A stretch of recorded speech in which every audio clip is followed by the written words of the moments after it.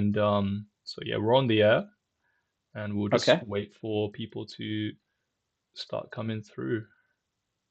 It does still say you're offline, unless I'm on Twitch, not It'll YouTube. So it'll take like a minute or so for it to show on Twitch. gotcha. Oh, yeah, there we Yeah, go. yeah. And I've just got it like paused, but I'll be able to like see chat. Basically, was what I had in mind. Oh, sweet, sweet. But yeah, you mentioned Follower. fun. You have a follower goal there at the bottom. Yeah, yeah, trying to get to 100. Like I just hit affiliate like last week. So Nice. the next goal is partner, which is it's a Don't I know hard it? milestone I've to I've reach. applied and been rejected for partner 4 times. Really? Yep. They need you to have like, well, you've seen the requirements, like Hmm. 20 streams in 30 days or whatever. Yep. So I would just like pick a month, buckle down, and be like, okay, this is gonna be the month that I do like a partner push. I advertise the crap out of the stream, push it on Discord, push it on everybody, make sure that like my metrics are good, and like clear my calendar and be like, okay, I'm gonna make sure I have to stream at least like 20 of these days. The big news week is always the second week of the month, so I want to make Yeah. absolutely sure that I'm live like those particular days and Yeah. schedule like deck profiles and whatever else for the rest of the month because there's going to be slow times. And I probably should put you on this screen so I'm looking at the camera. That's a better idea, Dan. And then plan it all out and then start on the first, make it to the 30th of the month, and my average viewers will be somewhere around 114 and they want to see 75, and I'll stream like 25 out of 31 days and they wanted to see 20. And like I hit like all the benchmarks and applied for it, and they're like, we want to see that you can consistently do it. And I was like, okay. So I did it like the consecutive month and like also did it in April and applied again, and they were like, okay, but like you could just have like a recent like surge. So like if you could still do it 6 months from now, like come back and we'll talk. So I was like, okay, well that was like an unbelievable amount of work, and I'm not making a penny off of this. So I just like that was like March, April. So I waited until September and just did it again. I was like, okay, like you wanted like 6 months later. So I just did not even like stream for like June, July, August because I didn't want to put myself through all that stress for nothing. And did it again in September, and they were like, "Oh, but like you didn't do it like over the summer." And I'm like, "Yeah, because there was no like incentive. Like your benchmarks say like have an account this old, hit like all these numbers, and I hit all of them, and like you just weren't happy about it because I didn't hit them like enough." I'm like, put one of the requirements, say do it 6 months in a row, or like be like 90% of the target for like 5 months and then hit the target in month 6 or something. Like make that clear. And then I just like took a year off because I was just so frustrated with all of it. It was like I'm not going to put myself through all that when I can focus on YouTube or other things. Mm. So instead, I just started focusing on like growing Wikipedia and stuff like that. And then I moved to a new house, got a new setup, and I tried it again. And I hit the numbers again. And it had been like 2 years. And I applied for it again. And once again, they were like, no, we want to see like consistency. Like you can't just have the numbers they want. You have to like hit those numbers every month for like multiple consecutive months, or they won't actually like grant you partner. Damn, that sounds really, yeah, like they just keep moving the goalpost. Yeah. And like if you're getting like thousands then of views, then I'm sure they'll buckle. But Yeah. like they say 75, but really what they want to see is that you're like a huge, huge platform because they can only partner with like so many people. And Right. they make the partner targets uh, achievable. They say 75 because that sounds like a number you could someday hit, so it motivates you to keep going. Hmm. But it's not what they actually want to see. They want to see like hundreds, like 500 plus. They want to see you like hitting that number like every day. They don't want to see like, oh, one day you got rated by XQC and had like 10,000 viewers for an hour, and then the rest of the month you had 3 viewers, and your average for the month will still be over 100 because of that raid. Like they want to actually see like consistent, stable numbers across a long enough period. So they don't define what that period is because they don't want you to like game that system. But like the reality is the targets they want to see hit are way higher than what they're communicating. Right. And the numbers they're communicating are deliberately lower to make them seem achievable so that it motivates people to keep grinding. Okay, now that makes sense. Yeah, 'cause they're still running ads on your stream. You're just not getting paid for them, and they are. You're working for them for free outside of the subscribers you get. So Yeah, yeah. Yo, Evan Schultz, 92. Thanks for the follow. Appreciate it. And yeah, when people do like follow and stuff, I'll give a little shout out. And cool. I think we're at a fairly good place to start. You know, we have about 10 viewers across the okay, platforms. And hello, okay, 10 people.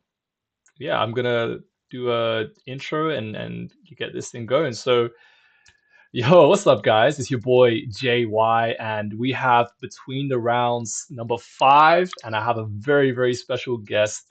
I have Dan Parker here, who is the founder of YGOrg, and which is like the most popular Yu-Gi-Oh news website. Also, I believe you're the founder of Yugipedia as well, and Yep. you were like involved, like I think you're the head administrator of Dueling Network, and I think are you also involved in Dueling Book? I'm not 100% sure.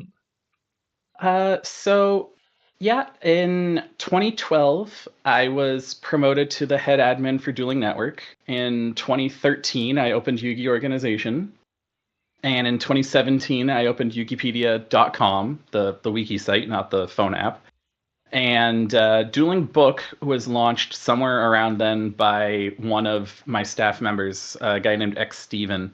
He was Yep. one of the senior administrators on Dueling Network. But he wanted to make like a dueling simulator slash social networking site. So that's where the book in Dueling Book comes from, is from Facebook. And Ah, I like that's why see. your Dueling Book profile has things like your sexual orientation and your relationship status on your profile. Right. I wanted nothing to do with that, and I didn't think that it would, like, if Dueling Network got shut down, why wouldn't Dueling Book just get shut down like 6 months later anyway? So Hmm. I just like kept my hands off of it, and yeah, I have nothing to do with Dueling Book whatsoever. Okay, okay. No, thanks for clarifying that. And yeah, and thank you for being on. How are you doing today? How are things? I've heard it's been a bit of a hectic day for you. Yeah, I've had a pretty busy morning, but I mean, it's that time of year. If but between the 6th of the month and the 2 Mondays from the 6th, is how the calendar works. That is the busy time. So yesterday was 2 Mondays from the 6th. So the last piece of the like news avalanche was this morning. Was the that flute of whatever the hell card. So Yeah, yeah. it can be really, really long. If the 6th is on like a Wednesday, then you're looking at like a 15-day period of nonstop crap. If the 6th is on a Monday, then it just lasts like a 1 week because the 6th will count as that first Monday. But 2 Mondays go by, including the 6th of the month. Uh, every single night will have something like annoyingly big. You can usually tell because the reveals will also be in release order Hmm. for the OCG. So the next product for Japan is Limit Over Collection: The Rivals. And then after that, I believe, is Chaos Origin. And then after that is the Revolution booster. So the reveals, as soon as you see a Chaos Origins card revealed on like a Wednesday night or something, then it means there's no more cards from Limit Over Collection: The Rivals being shown. And then as soon as you see a Revolution booster card, it means there's no more Chaos Origins cards being shown. So like we got those Blitzkrieg cards, we got the Phantom Knight cards, but then we got the Toon cards. That's Revolution booster. No more Chaos Origins for the month. You may as well pack it up and wait. Uh, and we're Revolution boosters, the newest announced product. That's going to be the last thing they show anything about, and it's so far out that they're probably only going to show the one thing, and sure enough, Toons was the last thing for the month. Okay. That's it's pretty interesting. No, I didn't know like how the kind of news cycle works. So I appreciate you breaking that I've down. been doing this for 13 years. It's my job to know. Yeah. Cool. Um, so yeah, I know you've done like many kind of AMAs on Reddit and kind of A few, yeah. appearances on other people's kind of forums. But please just give us like a brief introduction into who you are and like what you currently do, just for people who don't know anything about you. It's hard to be brief when there's so much of it, but I've played Yu-Gi-Oh since the little after the summer, September of the year 2000. Curse of Anubis was the newest set, followed by Thousand Eyes Bible. Neither of those exist in the TCG. That won't exist for 2 years. But I was about 9 years old. Uh, Fast forward to 2002, English cards start coming out. I actually missed the Legend of Blue Eyes. I missed like the TCG like starting. Did not know English cards existed, and then some kids like at school on the playground were playing like Metal Raiders cards against each other, and I was like, I recognize like that's Yu-Gi-Oh, but your cards are English. Like what the hell? And it turns out that like Yu-Gi-Oh cards had existed in English for like 4 months. So down to the local, it was a gas station actually, to buy some English card packs and start beating kids because I had a year and a half of experience on this game that none of them had ever played before. By the time Pharaoh's Servant was out, we had convinced a few of those flea market table vendors to open up brick and mortar stores and start the first LGSs in the area. And that turned into regionals, and that turned into nationals, and here we are 25 years later, still playing Yu-Gi-Oh, and like a job and a team and relationships and everything else that have come from the game. I'm 34 and I've played this game for 25 and a half years. It's like 2/3 of my life at this point. YGOrg was opened in August of 2013, and the TCG was March of 2002. So it's a 13-year-old site that launched when the game was only 11 years old. So there's actually more than half of Yu-Gi-Oh's life there's been a YGOrg. So like more than half the time the game's existed, my site has existed. So it's harder to think of the game without my site than it is with it. But play another card game and you'll see what it's like. You'll get a good taste of it. 2021, I dipped my toes in the Pokemon TCG, and just Bulbapedia's a great site. I have nothing to say bad about Bulbapedia, but their card game coverage leaves a lot to be desired. Cerebi, the Pokemon equivalent of Yu-Gi-Oh, their card game coverage is a disaster. Just I gained such an appreciation for my role in this community and what I've provided to people between the two sites, having seen what something even as big as Pokemon has in that space. And it's so starkly different.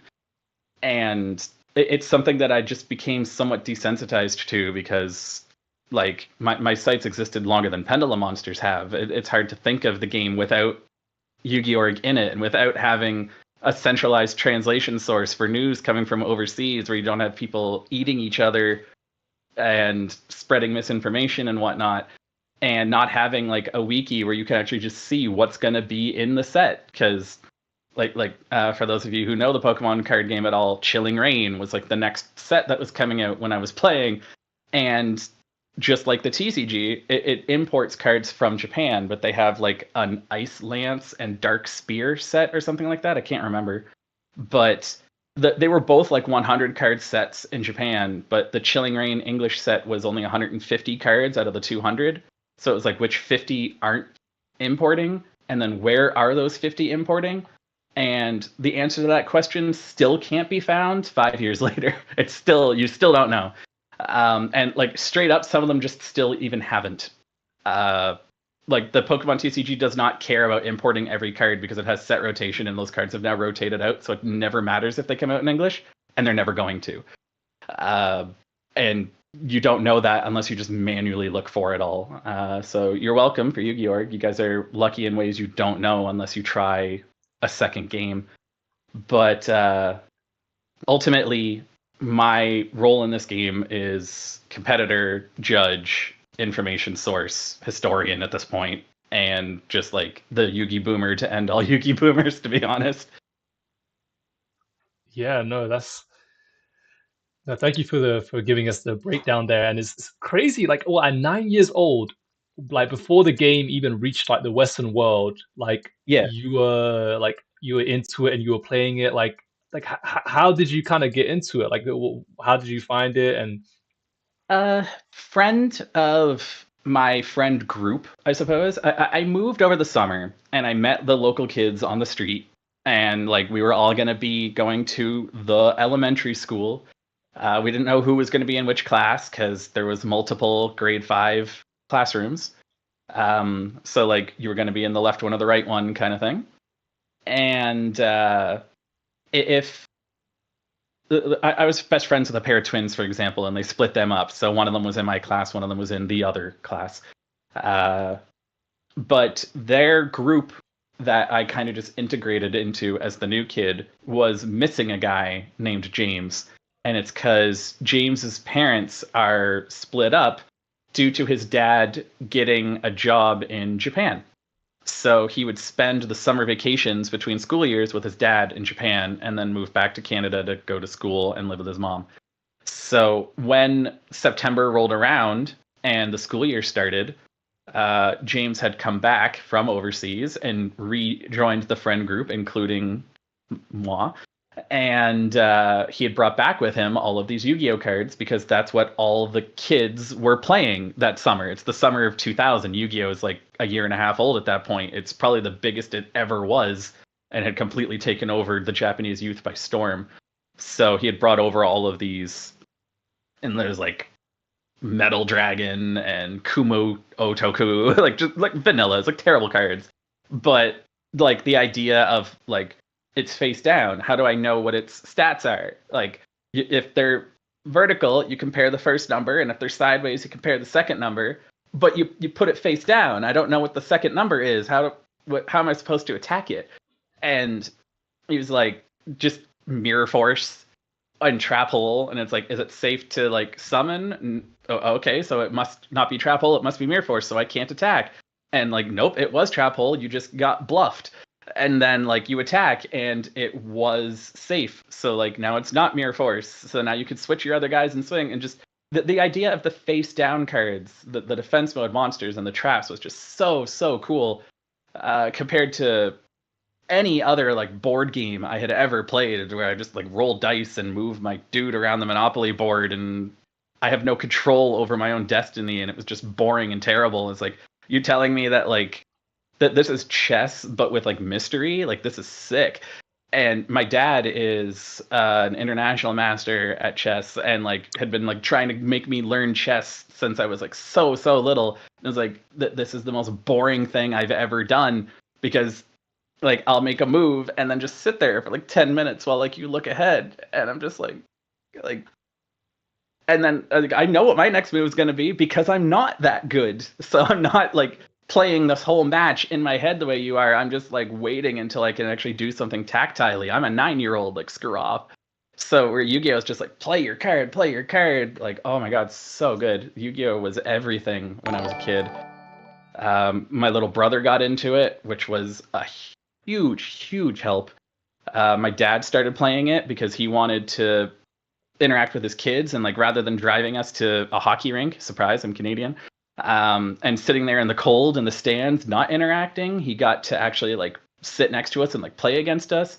And without that, there's no way that I'm the player I am.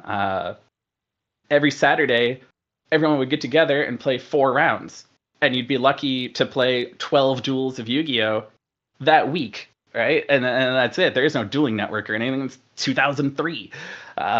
So like that was your 12 games. That was your practice for the week. Whereas I had a little brother and a dad, and we would play 100 games a day, every day leading up to that tournament. I was getting 2 to 4 times better at the game week on week, every single tournament. And I also had a grown-up's wallet. So like, oh yeah, like polymerization's like $20. Here's your $20 bill. Who cares? So it compared to spending $3,000 on hockey equipment. A $200 Yu-Gi-Oh deck is nothing. Like, my dad was making out like a bandit.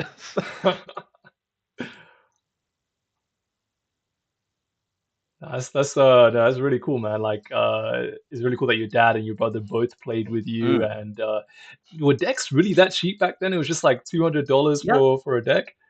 The most expensive cards in the game were cards you didn't know existed. You have to understand that this isn't just like before cell phones. This is before computers in everyone's house. There is no looking up your card online. There is no finding its price on eBay. I don't know what year TCG Player opens, but I can't imagine it exists in 2002.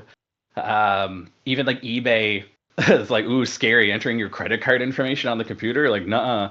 So the most expensive card in the game that like you would be locally aware of would be something like Yatagarasu or like Chaos Emperor Dragon Envoy of the End, and those were like a whole like $50. Like, oh my god, $50, that's crazy. Now, in reality, there is more expensive cards than that. Mechanical Chaser was $100. Royal Decree, Needleworm, Morphing Jar. That TP2 Morphing Jar, thousands now, but at the time, $100. All of like a Tournament Pack Ultra was gonna run you $100. You did not know they existed. We were rocking up to regionals with the 3/7 colored fish, the 3 Legion, Mystical Genie of the Lamp, 1800 beater turbo. 100% sure that we had the best deck possible, not knowing that this 1850 bastard is just running around somewhere. But there's maybe one copy of it in all of Nova Scotia. And like there's maybe like 30 mechanical chasers like in Canada. So you just don't know that it even exists or that it's a potential threat or a viable option to play in your deck. So yeah, the game was demonstrably cheaper. It also helped that pull rates were a lot more generous and a lot more fixed. Uh, Something like there was two versions of each set. I'll try and just simplify it a little bit. We had what we would call the retail version and the hobby version, and the hobby boxes would have 24 packs in them, and the retail boxes would have 36 packs in them. And the hobby boxes would be the ones that you would get at what we would now call an OTS, but Upper Deck did not have those. They just had stores they liked better. And the retail ones would be like if you went into like a Walmart or the gas stations, like literally anything would have anywhere you could find a Funko Pop today, you could find a Yu-Gi-Oh pack back then. And those would be the retail packs, and the pull rates and contents of the set would change between packs. I'm sure anyone watching this has heard the word short print before. Yeah. But back then we would have what's called a super short print. That was just code for a short print that was in a hobby box. So like the short print commons would be like Secret Barrel was one of them in Magician's Force. But like Earthbound Spirit was like a short print exclusive to hobby boxes. So when like 80% of the packs are coming out of Walmart packs and stuff, and it's literally not in those packs, can't pull it. It's not just a short print, it's impossible. Whereas these like 24 pack boxes that you can only get at like designated stores, it's in those as a short print, so like one per box. That's where the like super short print colloquialism comes from. But it also affected things like what foils you could pull. Those first 11 sets that actually have secret rares in them from LOB through Ancient Sanctuary, the secret rares, that term comes from that they're rares that were secret. If you look on the back of a booster pack of Legacy of Darkness, it will tell you that there are 17 rares, 10 supers, 10 ultras, and there's 100 cards in that set, so 17, 27, 37, 63. There's 63 commons in the set.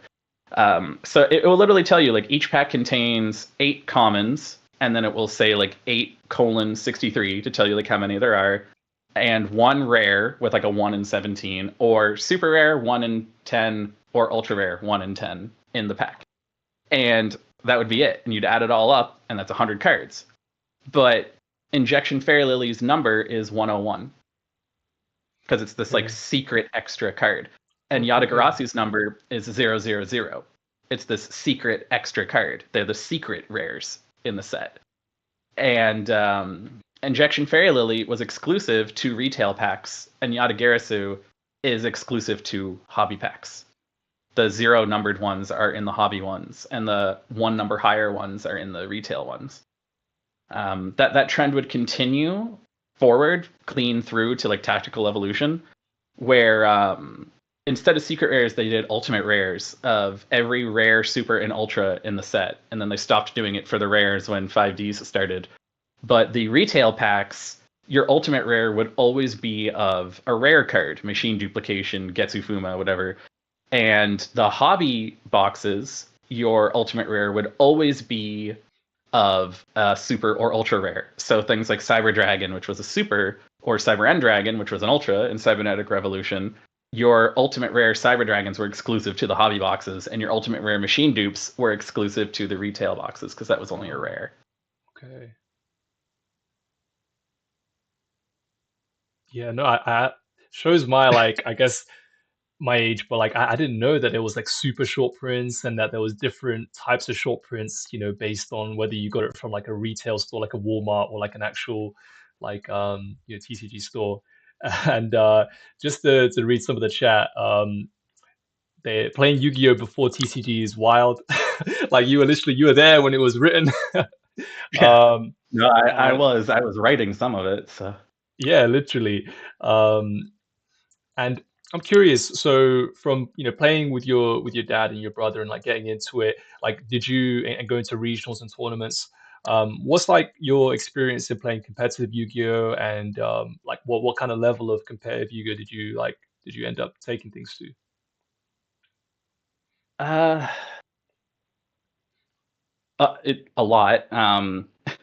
It was a lot different way back then. My brother and my dad both stopped playing when Link Monsters came out, and I still like to think that it wasn't that long ago, but it was a decade now. Oh my god! But Yeah. just how different things were like under Upper Deck, and just the Wild West of like what you used to be able to get away with. Uh, like My biggest regional win ever was with E Heroes, and like that sounds like, oh, okay, like Dark Law or whatever. But like, no, no. My fusion deck, which is what it used to be called before it was an extra deck, was in a wagon I used to like carry around because it had 3 of every legal fusion monster in the game in it. Like there was like 400 cards just in this like little like wagon. And I'd have to like dig through and find the card I wanted to summon. And when I went to the E Hero deck, it became 3 of everything I could feasibly summon. So like the Roaring Ocean Snakes got left at home, but it was still like something like that tall. Like it was this like mountainous Wow. brick. When Synchro Monsters came out, it was like, well, that deck's going in the bin. Like I had to throw that out. But like that deck's win condition was like Thunder Giant, Shining Flare Wingman. Like where we're talking like E Hero deck, and I was just tearing people apart. I had my own anime moment. You play the game long enough, you will get your anime moment. It'll happen. I'm going against a guy named Jack Brayer. Anyone from Atlantic, Canada will know that name, and everyone else will have no idea who he is because he stopped playing in 2007. But no, probably 2008. Anyway, he had summoned the new like superconductor Tyranno and put me at I want to say like 1130 life points, some number. And I'm staring at this board of Thunder Giant and no other cards on the field and no cards in my hand. And it's game 3 of the finals of a regional. There's this big crowd around us, like 50 people watching to see who's going to win. And I say verbatim, I need a miracle. And I draw Miracle Fusion. Not even like meaning that. And Miracle Fusion banishes the King of the Swamp and Sparkman I had used to summon that Thunder Giant to summon Shining Flare Wingman. And it's still not big enough, so I have to crash Thunder Giant into the Tyranno and it puts me on 100 life points after its effect burns, but the 300 extra attack is enough to boost Shining Flare Wingman over the dinosaur, and then its effect burn was exact game. Wow. Like, just straight up anime moment. Like, I've never topped that in like 16 years since it's happened. But like, it's just, like I said, you play this game long enough, you will get your anime moment. Jax, the guy I played against, I attacked into his set fiber jar, and that bastard drew Exodia off of it. Like, you shuffle away everything and draw 5 cards, and his 5 cards were Exodia. I'll never forget that. Did you cut? Did you cut? Yeah. That's Of course. crazy. That's Yeah. crazy. But it's way harder for stuff like that to happen now that games happen entirely in one turn and your entire deck is your combo. It's that's not a new thing to the game. It's a new thing to the people playing the game. But there used to just be an awful lot of like summon breaker set card pass.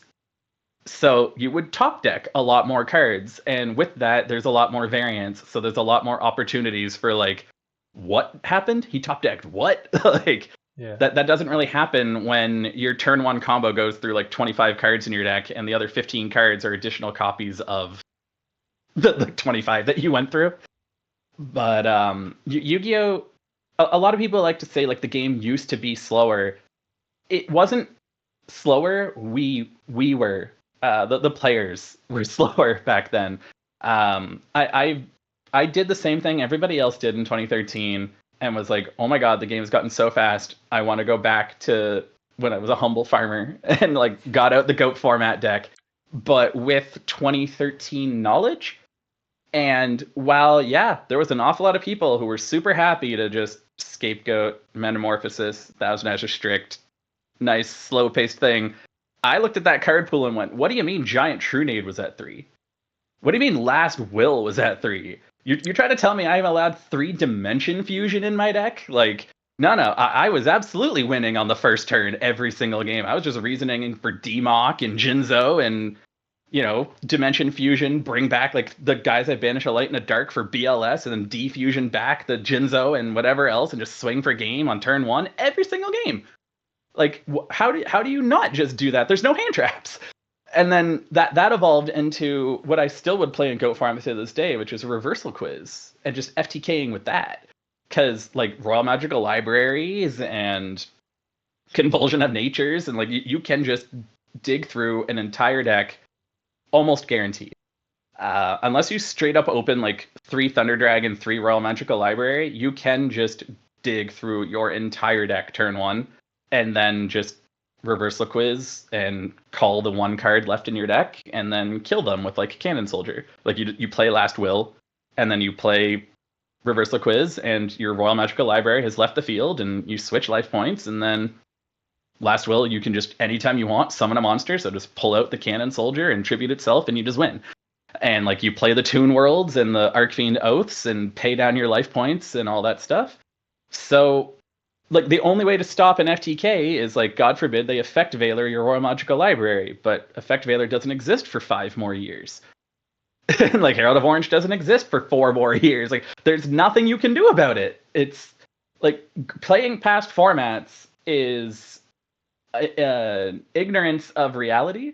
I'm not going to say like there's no reason to go play like hat format. Like you can do that. But the idea that the game was any better back then is a delusion that's reinforced by the fact that the only people going back and playing those formats are the people who couldn't make it with the big dogs in the current format. Like you've got people like Hoban and LeBlanc like just clashing against each other at your locals and making it not fun to play. So you're like, screw this, I'm going to go back to when Yu-Gi-Oh! Was fun. And the only other people you're playing are the same people that have that mindset. So they're allowing you to exist in that like bubble of GOAT format just being warrior decks butting heads instead of Cyberjar versus Reversal Quiz FTK who won the coin flip, which is what the format would actually be if, God forbid, they had like a GOAT format YCS. The top cut would be nothing but Cyberstein and Empty Jar. Like there's no chance at all. So Um, yeah, it would just be the luckiest FTK players would win those events. It's a bit better by Edison, I would say. There's enough ban lists by that point. But like, God forbid you try and actually go back to like 2003 Yu-Gi-Oh, where Yada's legal. Like that's not a game. Yeah. Is really interesting to hear you like describe all of it. It's like being slow back in the day that there was FTKs way back then, decades ago. We just didn't know better. Yeah. That's all there is to it. It's that the players have gotten better. Deck building has gotten better. The card pool was not better back then. It was demonstrably worse. Magic Ruler, Spell Ruler now, at one point was 25% of the Forbidden and Limited list was that one set. And like that was like 2013 or 2014 between like Painful Choice, Upstart Goblin, Cyberjar, Forceful Sentry, Delinquent Duo, Confiscation, Giant Trunade. I think I said that one. I'm not sure. Like that set is just concentrated cancer. It really is, and every other card in that set's a vanilla. Yeah, no, it's crazy. It's crazy. Um, I'm curious, like what was the first like Yu-Gi-Oh kind of base business that you started? Yu-Gi-Oh based business? Yeah, or like, Uh, your blog website or uh, maybe judging.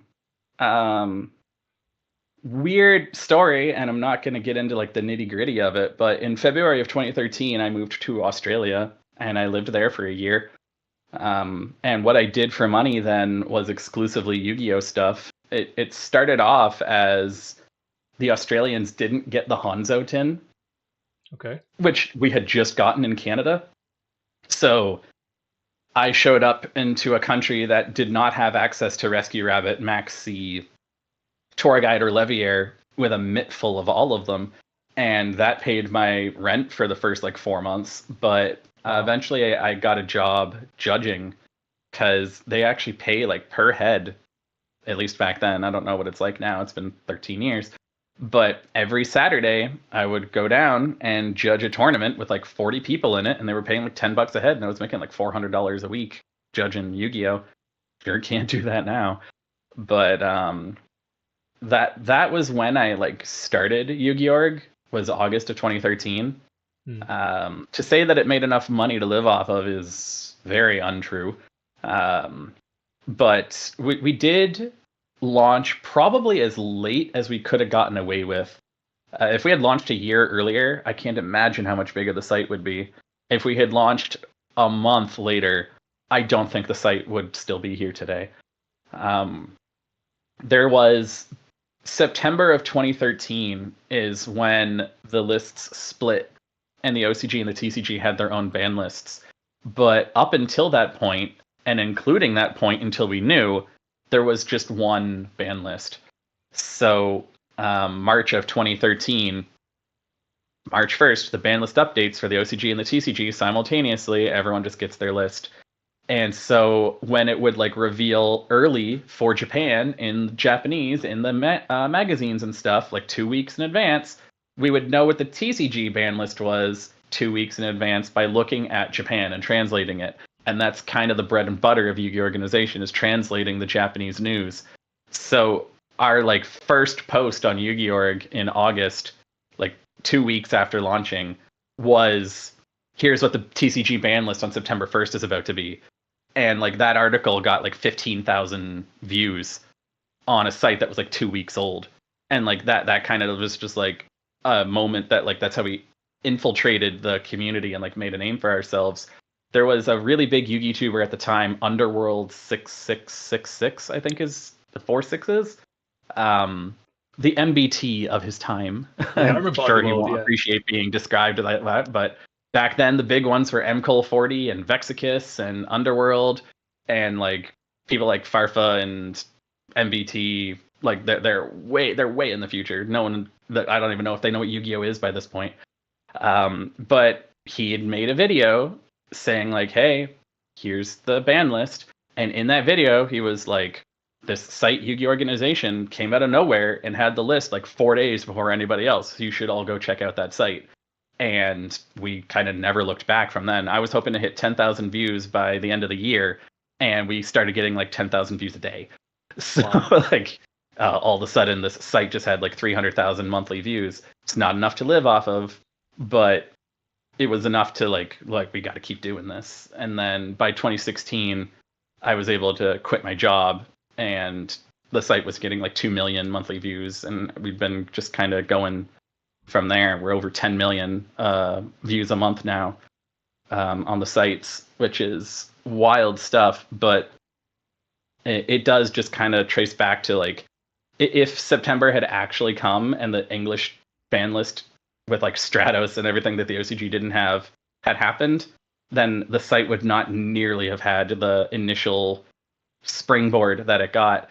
Similarly, though, if like the Japanese, like if the lists didn't split yet, like if we had launched 6 months earlier, way bigger, like just disastrously bigger. The 1 day a year, technically 4 days because it happens 4 times, but the one time a year Yu-Gi-Oh!-card.com has more traffic than my site is when the ban list comes out and everybody goes there to look at it. Hmm. The biggest day we ever had on the site was that ban list that we posted. For the first 4 years, we never had traffic that high ever again. Even for like the OCG ban lists, like everyone, it's to the point that like right now, those limit over collection overframe cards, each of those articles gets about 50,000 views. When the link mechanic came out, that article got 300,000 views on it. Wow. That ban list post, when everyone thought it was the TCG ban list and the site was a baby, had 100,000 views on it. Wow. So I can't imagine if like we still had a unified ban list that my site was getting 2 weeks before everybody else, like it would have had like 1 million views every single time. Like it's just like 4 million views a year that I'm not getting because the lists split. But also the retained audience from it, like people coming back after seeing that post.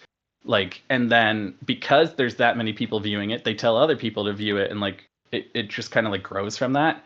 We probably would have been hitting 1 million views a month by the end of that year instead of it taking 3 years if those lists split never happened. But if the list split had happened a month sooner, then we probably wouldn't even have survived. So Wow. Yeah, no, it's crazy to hear. I didn't even know that was when the list split. So was it in 2013 yep, when September the 1st, 2013 was when the wow, TCG version of the game started. wow, yeah, and yeah, it's like it's great that you started when you did and not later. Um, and what like kind of inspired you to start? Like, how did you initially like? What was the thing? Was it just the fact that you had the information? Like, No, there was 4 things at play. The first was people were already getting card news from Japan from a site called Shriek. And it bothered me on a fundamental level that Shriek was lying to people and getting away with it. They had announced that the 2012 Japanese Nationals was won by Tengu Plant. Reborn Tengu doesn't exist in Japan in 2012.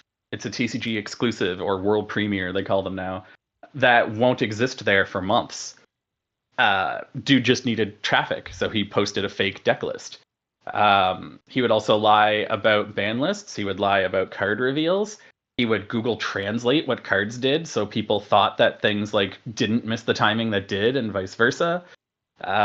This is not before PSCT, but early enough into its life that you can't tell.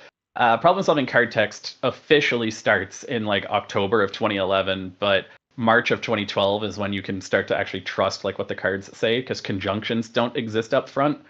There's like that Lightsworn starter deck, the Lila in it doesn't say "and if you do," for example, because like those conjunctions don't exist in the initial PSCTing of cards. They all just say "and." But he was just lying, and I didn't like that. There was that was the news part of it, but then there was also the competitive part of it, and There was a site for that too called metagame.com that to this day has not had a successor that I would consider qualified, including myself. It's the biggest failure of Yu-Gi-Oh! Organization by far, is that we haven't sufficiently replaced metagame.com as a competitive information resource. That site went down when Upper Deck lost the license to Yu-Gi-Oh! And Konami took over. Metagame.com was run by Upper Deck and staffed by Upper Deck employees, most of which still work now at Konami. Julia Hedberg is their judge manager. Jerome McHale is their head of R&D. And Jason Grabermeyer is the head of Yu-Gi-Oh! For TCG Player. Like, they've all gone on to still have important jobs within Yu-Gi-Oh! But the website itself was gone. And it left a void of, like, where am I going to go to read how to be a better competitive Yu-Gi-Oh! Player? Because the answer sure as hell isn't Pojo. And a company called ARG, Ultra Reality Games, they were a card store. They tried to fill that void and start turning their bigger regional level players like Patrick Hoban, Joe Giorlando, Jeff Jones, Alex Van Zandt, a lot of people who would go on to become household names in the Yu-Gi-Oh! Community. They gave them a platform, hey, write about the game competitively, and it turned them into stars that allowed them to start leveraging the tragedy of the commons and stuff into manipulating tournament results and allow them to win easier. And then, like, Wait, pool their information amongst each other. the tragedy of the commons. It's an economics term, but Right. basically, if you have like a watering hole in the middle of a desert and only you know about it, then you have all the water you could ever need. But if you tell people, like, hey, there's water over here, then everyone will start going there, and now there won't be water there anymore. Yeah. So if you are Patrick Hoban in 2013, most famous player of all time, and you enter the NAWCQ and you whip out your massive tech card Vanity's Emptiness, you're going to win the NAWCQ because you're the only guy in the room on Vanity's Emptiness. Now, 6 weeks later, you go to the World Championship and you go 0-6 because now everybody knows about Vanity's Emptiness. You're not the only guy who has it, and now you lose to it over and over and over. That guy won first place, the NAWCQ, and then went on to go winless at Worlds a month later. That's just an inherent thing. So people like to protect information, but how long do you protect it before you use it? But as soon as you use it, everybody knows it. You can also, on the inverse, abuse the tragedy of the commons by saying publicly in your ARG article how good and awesome blank card is in blank deck, and now everybody will go on to play that, and then you go to that Shonen Jump Championship or YCS with the counter to that strategy, and everybody's playing it. Wow. That's crazy. I didn't know it was like that. Like, is there a particular example that you remember of kind of false or bad information being given out? If you're not on blank, you're behind. Tweet might come to mind for everybody, and then you'll notice that none of them were playing that card at that YCS, and everybody who did went on to fail. But I don't want to get. What was the card? What was the card? Was a Malice Trap card. I don't want to. I don't want to reignite old controversies or send people after anyone in particular. No worries. But yeah, Spell Chronicle. That's definitely that's a sore spot. I don't want to get into that one too much. Okay. Shout out to Milano, the duelist there. Okay, yeah, but back to what you were saying. That guy knows his history. That guy, whoever that is, that guy's been around for more than 15 years and really knows what he's talking about, because that happened in 2015. That was a group of competitive players started hyping up Spell Chronicle as this amazing Shadow tech card, and it absolutely wasn't. But that was less about manipulating the players to get them to play it, and more about they bought out the card and then watched it go from 25 cents to $5 and then sold all of it so that they could afford their Necroz decks. spoke out against them and about how like heinous that behavior was and how messed up it was and how terrible the card actually was, and they leveraged their celebrity status and influence within the community to tar and feather me for doing it, and like just saying that like I don't know what I'm talking about and how I'm a useless resource and I'm not a competitive player and blah blah blah, and everybody turned me into a pariah over it because they were the fans of those guys. But I was basically just speaking out against that issue, and they would try and play it off as like, oh no, we were just joking, and like you can't even like take a joke, and like you're taking everything too seriously. And I'm like, you guys are abusing your authority in the community, like the power that's been given to you by the player base. I said I didn't want to get into it, and here's me getting into it, but it was a really bad time from some really bad actors, but it is what it is. It constantly happens in the community. There was I want to say it was Italian Yu-Gi-Oh, but it might have been the Yu-Gi-Oh memes Facebook page. One of them started hyping up Fortress Whale. It's a tournament pack super rare. It's a level 7 vanilla ritual monster, but it's a water attribute. And so at the height of Necroz, they started hyping up how good this Fortress Whale card was as a secret tech of the Necroz deck. It's not. It's literally useless, but it's also a $50 super rare from a tournament pack with no reprints. And sure enough, card went to like $400. And it's still that expensive, like to this day, because a whole bunch of people dropped like $300+ on it, and they refused to sell it for less than that because then they would actually have to take the loss. So it just left a whole bunch of people holding a Yu-Gi-Oh NFT, if you will. And like the price of that card has just never dipped below 400 since, because in order to buy one, you have to buy it from someone who like knowingly spent like $350 on a piece of trash. Similar thing happened with Pokedrago. And I want to say it was Dragon Ruler. I don't think it was new enough for it to be Tenpai. But they were just talking about like how you can like summon it and get like 2 more fires for Blaster, and they're in your hand for like Blaster discards or something. I'm pretty sure that one was the Yu-Gi-Oh memes Facebook page. But this kind of thing happens in the game a lot. And I always tell myself, like, if I ever need like a retirement strategy, all I got to do is just buy out like every copy of Magical Scientist and then just post on YGOrg that it's getting unbanned, and I'm a millionaire. But I would never do that, and because I don't, we still have a site 13 years on. So Yeah, no, huge respect for having like integrity and kind of sticking by your morals there. And but yeah, I kind of cut you off. You were talking about what led you to start YGOrg. So it was, seeing the right, false yeah. information out there. Yeah. Um, Shriek was lying about news. I wanted to make an authentic news source. ARG had taken over the competitive space, mhm. and they were using it to platform people who were just there to sell cards for ARG. These competitive articles about the best way to play the Geargia deck would specifically emphasize and link to the cards ARG had the most in stock of. His Wow. example of a Geargia card wouldn't be Geargia Armor, it would be Geargia Arsenal, because they had too many Geargia Arsenals in stock and needed to like sell them. And sure enough, just like a TCG player article is today, the Geargia Arsenal would be a little link to buy it from ARG. And I hated that like the community's resources all had these ulterior nefarious motives. And then the third thing was, of all Yu-Gi-Oh cards, Mystical Ref Panel. I am a judge. I am the head judge of Dueling Network, and I can't tell you how that card works. I still can't in 2026. Nobody knows how that card works except for Ryan, and even he, I'm pretty sure, is making it up as he goes along, and he just won't tell me. But there were these lists of like, this is what Ref Panel does work on. If it's not on this list, can't use a card on it. And if you don't know how to find that list, you don't know how Ref Panel works. There were also things like double summon.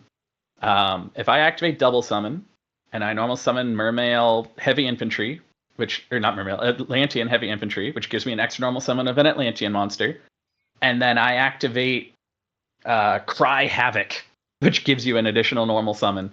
How many normal summons do I have that turn? 1, 2, 3, or 4? And if you then activate Chain Summoning, which gives you an additional 2 normal summons, how does that number change? And again, I have no idea. But there's this list that says like cards from list 1 stack with cards from list 2, but not with each other. If you use heavy infantry to get an extra normal summon and another card like it that gives you an extra normal summon, I can't Constellar Pollux I think does that, you still only get 2 total normal summons. You can't use both of them. If you have double summon, gives you a second summon and infantry, you do have 3. Double summon is separate from the rest of the list. Chain summoning, which is a spell that gives you 2 additional normal summons, also stacks with the rest of that list, but not with double summon. It will replace it. You still only get 2 total, not 3. Like, it's stupid, it's complicated, not what this interview is about, so I'll just leave it at that. But those lists were on a post on Pojo. The ref panel list was another post on Pojo on like page 37 of some freaking thread. If you didn't have it bookmarked or have someone link it to you so you could bookmark it, you just didn't have that information. So I wanted to make a place that had like, here's card news, here are those lists, here is game information, like competitive information, here are deck lists from like tournaments, like just that kind of stuff. So like I just wanted all of that to be in one place, and I didn't like that Reddit would have some translations, Pojo would have different translations, Duelist Grounds would have different translations, Facebook would have different translations. So the idea was, as the head admin of Dueling Network, I knew everybody. The guy who was running the Yu-Gi-Oh subreddit at the time, Aaron Powers, Argor42, he was in my Skype group chat that I had set up for the org. The guy who ran Duelist Grounds, Arthur Slaughter, Ray, he was a member of the org. So is the second in command, Pharaoh Atem. He's the guy who actually founded the translation team, the organization. The guy in charge of the Yu-Gi-Oh! Wikia, Two-Tailed Fox, he was in our group chat. I'm in the group chat, obviously. I'm running Dueling Network. I choose what the card texts on Dueling Network say. The person actually like uploading the card effects to Dueling Network, that's in your stream chat right now, Neo Arcadia 24. Oh, yeah, what's up? The guy adding the images to Dueling Network was Neonian. He was in the org. The guy who's not in charge of Pojo, that's literally a guy Pojo, but the administrator who like runs the Yu-Gi-Oh section was Sensecker. He's in the org, still is to this day. The guy who was in charge of the decks on Pojo, that was Ness. The guy who was in charge of the rulings on Pojo, that's Redshift. All of these guys are just in the org. So when we made a translation and like posted it on the site, we own and control all of the sites, the Reddit, Pojo, Duelist Grounds, Dueling Network, everything. So the wiki, all of it. So we were able to make sure that there was one translation in every single community. So it didn't matter, like you didn't have to be a guy who used Reddit or a guy who used Pojo to get like the right text. And there was no like you go to locals and try and trade for a card and you're doing it based on information and the guy you're trading with doesn't have that information. Like there's no like imbalance there, or that he has different information because he uses Reddit and you use Pojo and one of you is better off than the other. We got rid of all of that. We just made sure that there was one unified source of information and that all of the places, like today it would be Discord bots and stuff, all of them use that one source of information. So everyone is on equal footing. And like that is like the mission statement of the site is just like ending misinformation. Yeah, no, that's awesome. That's awesome. I really admire that. And yeah, I'm very grateful to have YGOrg as well. Like literally the other day, I was doing coverage on like the Phantom Knight support that's coming out, and yeah, like it's a resource that I think every Yu-Gi-Oh player has used on a regular basis and still used on a regular basis. So yeah, no, it's really great to have that.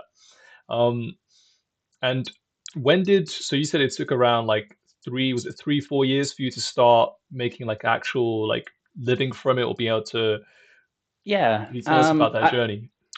When I first moved back to Canada in 2014, I had gotten a job at a call center, just someplace that would just take anyone because all I have is a high school diploma. I didn't go to college or anything. I'm 20 years old.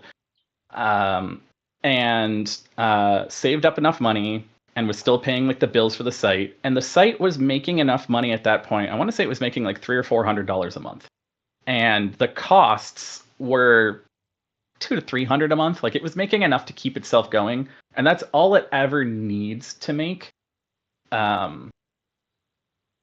just enough that it can still exist, because people like Neo Arcadia who like do the translations, they're doing that because they want to. Like they're not doing, it's not their job. There's a pure volunteer effort at YGOrg. It's just a whole bunch of people who care about you guys having accurate information and being able to play the game easier and better, because Lord knows Konami is not going to do it for you. So if we don't, someone else like Shriek will, and they'll just lie to you to make money while they do it. It's a guarantee. Every single time that void has existed, ARG has filled it. TCG Player has now been putting out competitive articles. They've paid me to write several of them. And every single article I ever wrote for them was stuffed with stuff I didn't put there, like links to buying cards. Like I would have a paragraph by me talking about, like, my biggest article I ever wrote for them was how many normal summons do you play in a deck? And I broke down all of the math and how you define what a normal summon is. And I gave examples of like Tour Guide and Phantom Knights of Tornscales. You Phantom Knight player, you play both of those cards in that deck. And like they are your level 3s, and you can play 3 of each of them, but that's 6, and that's too many, or is it, depending on your deck size, blah, blah, blah. After that paragraph was this like giant box of Phantom Knights of Tornscales, click here to buy it. So like that's not why I write it, but that's why they pay me to write it, because they want to sell Tornscales to people. They didn't care what card I said, but whatever the most expensive one was, like they didn't exactly link to the Battle Pack Rare Tour Guide. They absolutely linked to the unreprinted Secret Rare from Phantom Rage. Like they know what they're doing. But at the end of the day, like no one's going to do anything for free. The site has ads on it. I make money from it. If I didn't, I would have to stop doing it. I'm not going to pay for the YGOrg server out of pocket. Like it has to make enough money to exist. It's just the way the world is. Food isn't free, and I need food to survive, right? But I worked at that call center for a couple years, and then I took a leave of absence from it. Personal stuff. Don't need to get into why. But I took 4 weeks off in December of 2015, and or was it 2016? I don't remember. I think it was 2015, because links weren't that soon. But that month, I lost my wage, like $1,500-ish I would have made working at the job. I think it was like $900 a week after taxes or something, so $1,800, whatever. I didn't make that $1,800 for the 2 paychecks, but the site, instead of making $300 that month, made about $1,100. It was like an extra like $800. Like, where did that come from? And where it came from was I got to be there all day, every day, replying to all the comments on the articles, writing my own content. I wrote this 15,000-word essay on how to play Noble Knights. Like, unironically, it's still on the site to this day. And that got all kinds of traction. And like, because there was like repeat traction outside of the Newsweek, there was reason for like people to start coming back every day, and there was like someone to interact with. People go to MBT's videos because they want to like interact with MBT. He's the guy, right? Like you post in the comments because he's gonna read them, and you hope that he replies to them and stuff. Like the site went from this faceless newspaper to where Dan is. And at this point, I'm still a pretty well-known player. I'm still fresh off of being the #1 rated Dueling Network player of all time and stuff. Like part of that 2013 in Australia is my competitive peak. We haven't gotten into that. We don't really need to, but it just like, oh my God, I can actually like make like a lot from this. And then I went back to work, and they mistreated me pretty severely. I lasted about 2 weeks back at work, and I also noticed that the site revenue went back down to being on pace for like 400 instead of 1100. And I was like, it's costing me like 1,800 to not work at this place, but it's costing me 800 to not be home. So really it's only costing me about 1,000. So maybe I can find like some part-time work or something. But I had enough savings to like try and do the site thing full time for about 3 months. And sure enough, I got it up to about 2,000 a month. Wow. And I was like, yeah, I'm just going to see how long I can stick with the website thing. And it's going to be 10 years next month of purely self-employed. Now, again, strictly because of people like Ark. Without Neo Arcadia, like making the posts, like I'm not going to sugarcoat it. I could run it through Google Translate and clean it up and reference other cards and make the posts myself. I could, but I am getting tens of thousands of dollars of manual labor for free from an entire team of translators. I'm not oblivious to that. I'm extremely grateful to them, and I give to them when I can. I don't want to single any of them out because a lot of them like DM me and they're like, "Hey, can you send me some money for this? I'm unable to pay for blank," and I do that always, every time. My Switch Online family contains exclusively org members who are getting Switch Online for free. That's not nearly enough compensation, but it's something. Provide them with Netflix and whatever else. Like what I can afford to do, I do. But there is like a team of 20 people working on this stuff, and the site does not make nearly enough money to pay 20 people, not even close. But it is still a lot of labor and love from people, and it's enough that I can just run the site full time, which I'm extraordinarily grateful for and extremely lucky to have. Yeah, no, that's it's amazing to hear. So like today at this current time, like do you like is Neo Arcadia the employees or are they still like volunteers? I'm just Oh curious yeah, they're how all volunteers. All of them are okay. volunteers. Yeah. Okay, wow. No, that's awesome.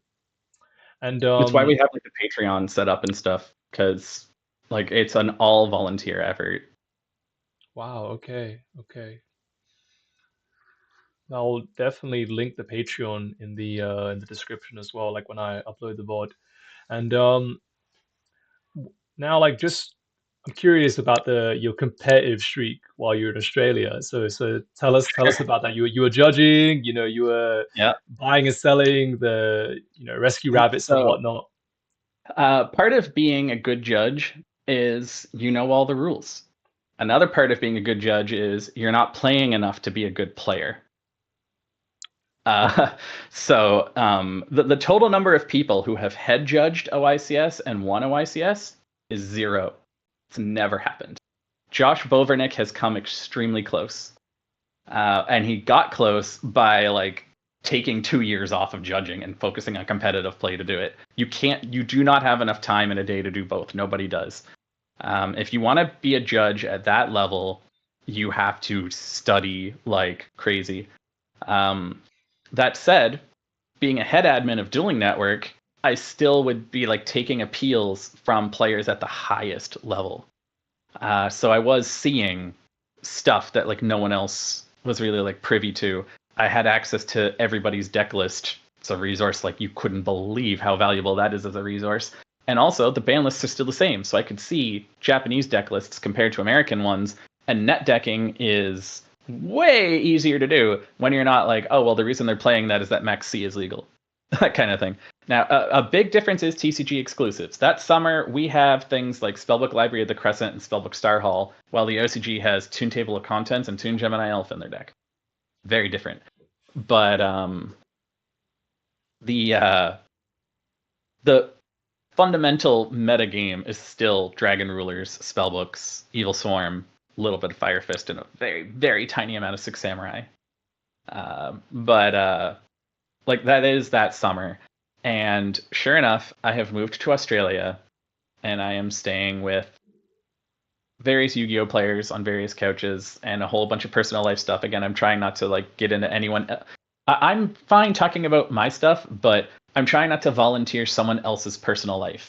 So I don't want to like say like, oh, I stayed at Blank's house, because then now you know something about Blank, like that they live in Australia, for example.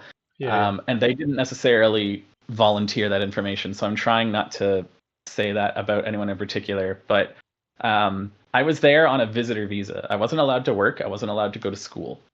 And like everyone else would be at work. So I had this period of time where I was just like alone in Australia in an apartment with dial-up internet. 2013. Australia doesn't get high speed in 2019 or something. Wow. 300 games against Dragon Rulers, 300 games against Evil Swarm, and 100 games against Fire Fist. And I had perfect information for all 1,000 duels. I knew what was in the other guy's hand at all times.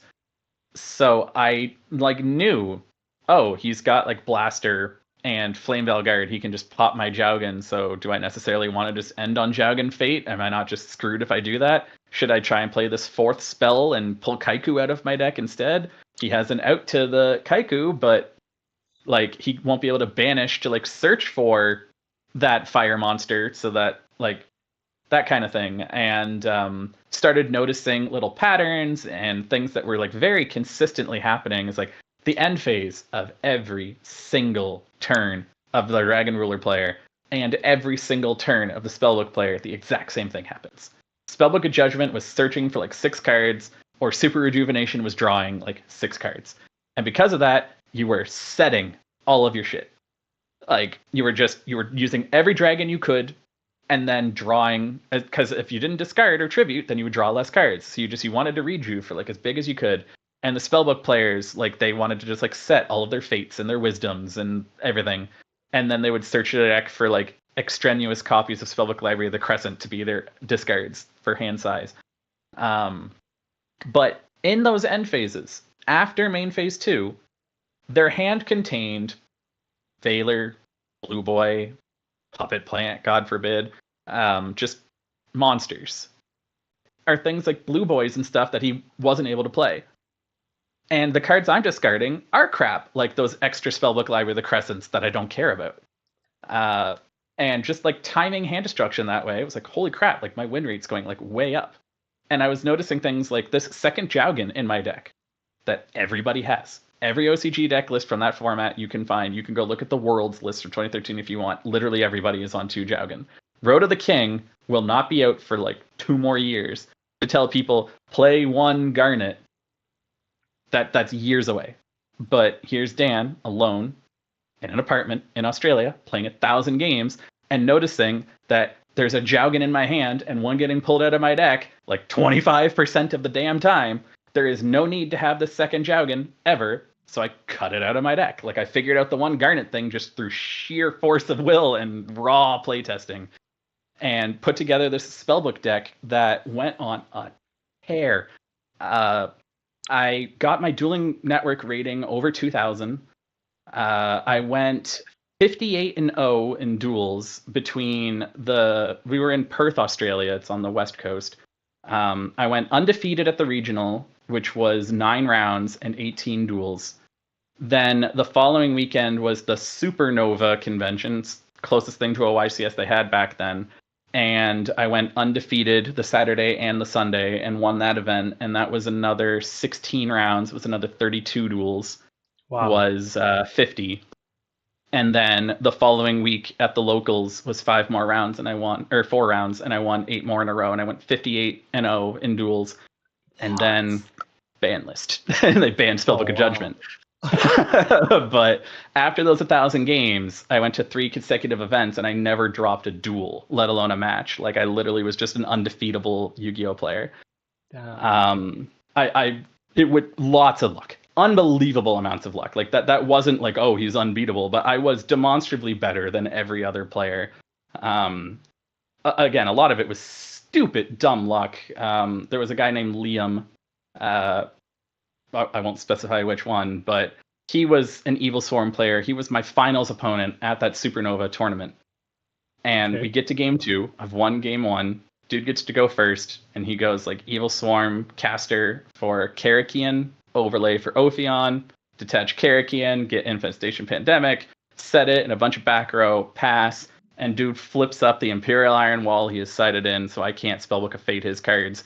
And the arms go up and he's cheering and he goes, I have ended your streak. I have finally beaten you. You're not going to be able to use your Spellbook Priestess because I've got Ophion. And even if you out Ophion, I've got Imperial Iron Wall. You're not banishing no books to pop crap. I finally got you.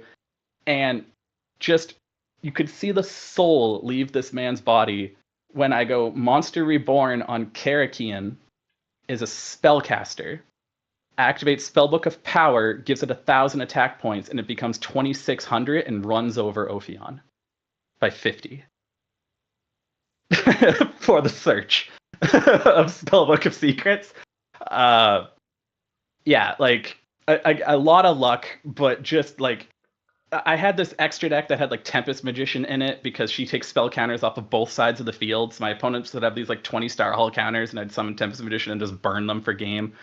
Wow. Arcanite Magician could take spell counters off of any card, not just itself. So it would come out with 2 counters and be 2,400, but I would just turn Star Hall counters into field pops. It's not once per turn. Like you just 16 Star Hall counters is just for Geki Duster, and there's still 10 left. Like What? I would overlay 2 High Priestess for Draco Sack detached to get tokens, normal summon Veiler, and synchro summon Ancient Sacred Wyvern. And then you attack with the Cossack as 2,600, and Ancient Sacred Wyvern gains attack based on the life point difference. So he would go up by 26 and swing for 53. I had one where it would be High Priestess, banish a spell to pop, normal Veiler, synchro for Scrap Dragon, and then Spellbook of Life, Revive Priestess. Scrap Dragon could pop life and a second card, and then you could banish life for Priestess to pop a third card because it wasn't like Premature Burial. She would live if life was popped. So like that combo of Spellbook of Life and Effect Veiler was just like 3 pops, and then swing for 25 with Priestess and 28 with Scrap Dragon. Like, just I was playing this deck on a level that did not exist for anybody else because again, I sat there and played 1,000 games. And like the results of it are unimaginable. How much better I am at Yu-Gi-Oh from 2013 compared to 2011 is night and day. Wow. That's insane. That's insane. No, thanks for sharing that. That's just hearing like the combos and the things that you did is mad. Is mad. I can't imagine like just the atmosphere in that game, like when you played against like that Evil Swarm player and just yeah, that must have been unreal. Um Milano asks, is that YGO org shirt for sale anywhere? That's fire. I want one. So they were probably too soon. The site I made 100 shirts and 10 hoodies, and put them up for sale, and we sold something like 8 of them. And so I just like gave up on the merch idea, and I've never revisited it. And every time I think about doing it, I'm like, I've never seen anyone wear like a core TCG shirt. Like no one cares about like if you want merch, it's gonna be like Team Samurai X1 merch, like a personality.